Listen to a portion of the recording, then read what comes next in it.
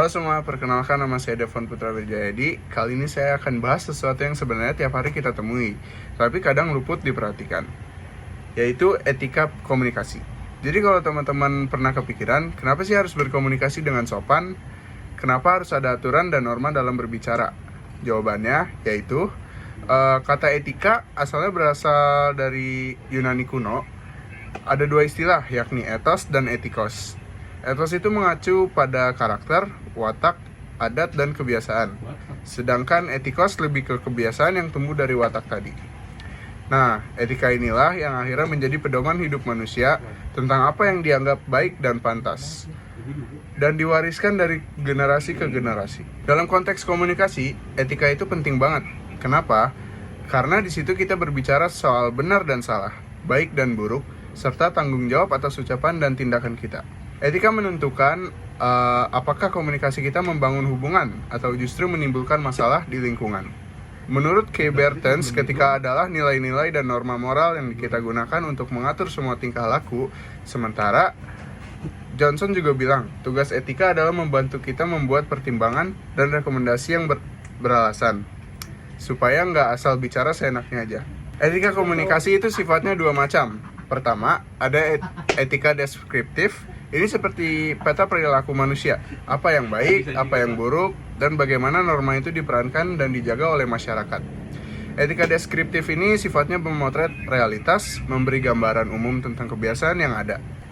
Yang kedua, ada etika normatif. Kalau ini lebih ke penilaian, mengukur baik buruknya tindakan, membahas prinsip-prinsip moral secara umum dan secara khusus, misalnya untuk profesi atau kehidupan sosial di dalamnya.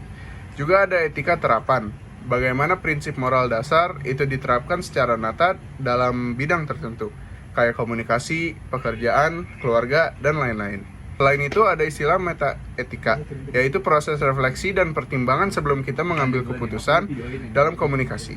Metaetika berguna buat bekal berpikir, biar enggak sekedar meniru kebiasaan aja, tapi juga paham kenapa tindakan tertentu dianggap baik atau salah.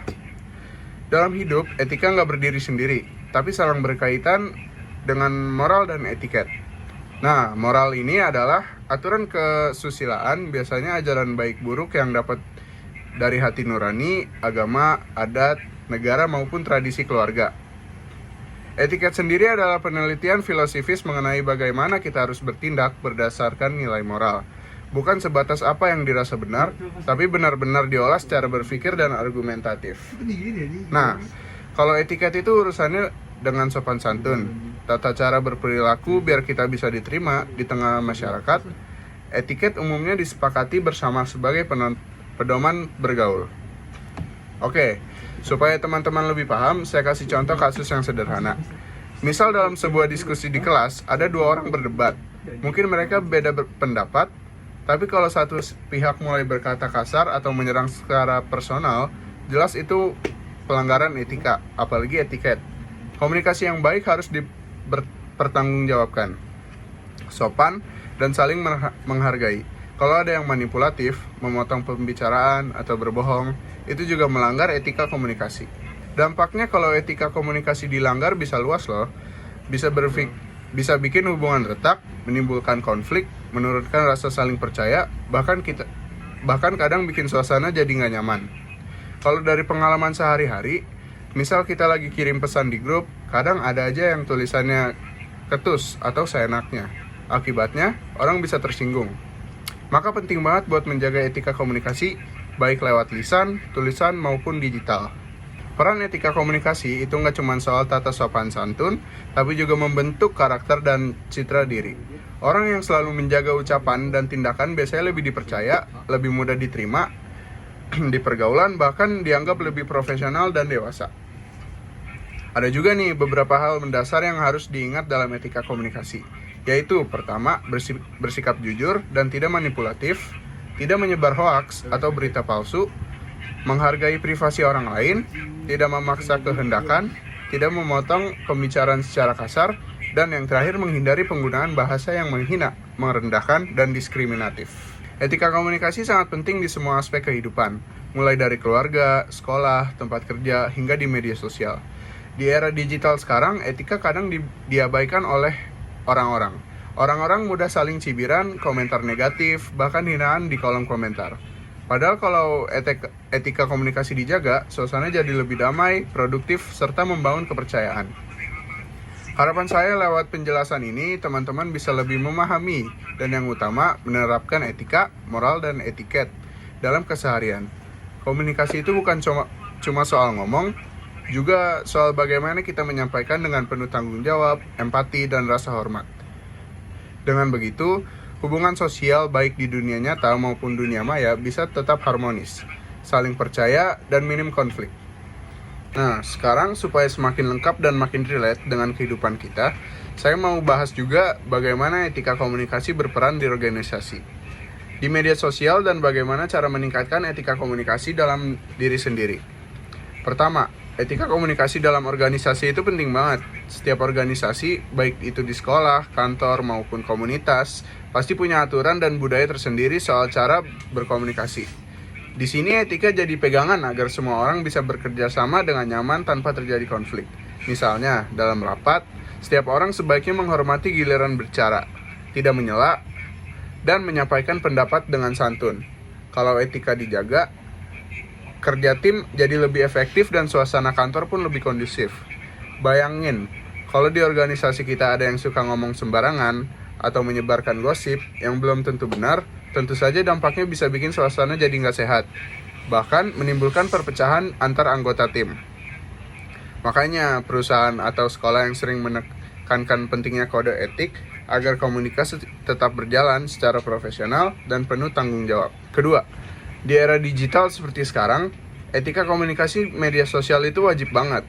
Kita semua pasti sering lihat komentar negatif, ujaran kebencian, atau hoax di berbagai platform.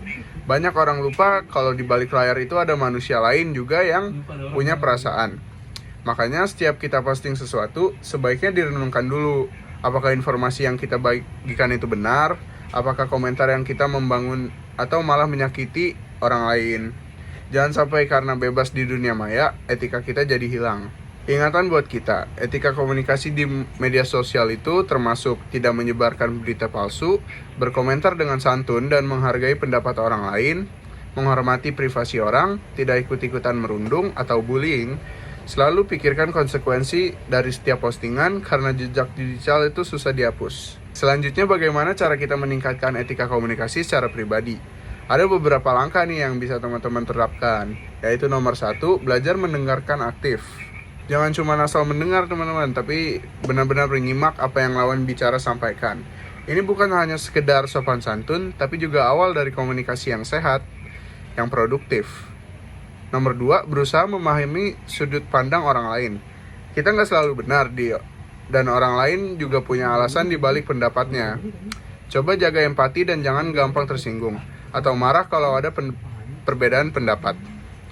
Nomor 3, jangan segan bertanya atau klarifikasi. Kalau ada yang kita nggak ngerti, mending tanya baik-baik daripada asal menuduh atau berasumsi sendiri. Dengan bertanya, kita bisa menjaga komunikasi tetap jernih dan menghindari salah paham. Nomor 4, kata dan intonasi. Baik lisan atau tulisan, pilihan kata yang tepat. Hindari kata-kata kasar atau bernada merendahkan. Intonasi juga penting karena bisa memengaruhi makna pesan yang kita sampaikan. Nomor 5, bersikap terbuka terhadap kritik. Jangan anti dengan masukan atau saran dari orang lain. Terima dengan lapang dada dan jadikan sebagai bahan evaluasi untuk menjadi pribadi yang lebih baik. Dan terakhir nih teman-teman, penting buat kita semua untuk mengenali batas-batas dalam komunikasi. Jangan sampai kita terlalu jauh mencampuri urusan pribadi orang lain tanpa izin, atau membawa urusan pribadi ke ranah umum yang bisa mempermalukan atau membuat orang lain gak nyaman. Jadi kesimpulannya, etika komunikasi itu gak cuma berlaku di ruang formal seperti sekolah atau kantor, tapi juga di lingkungan sosial media, digital, bahkan dalam kehidupan sehari-hari. Mungkin sekian tambahan dari saya. Mudah-mudahan sekarang materinya sudah pas untuk bisa dipahami oleh orang-orang sekitar. Terima kasih.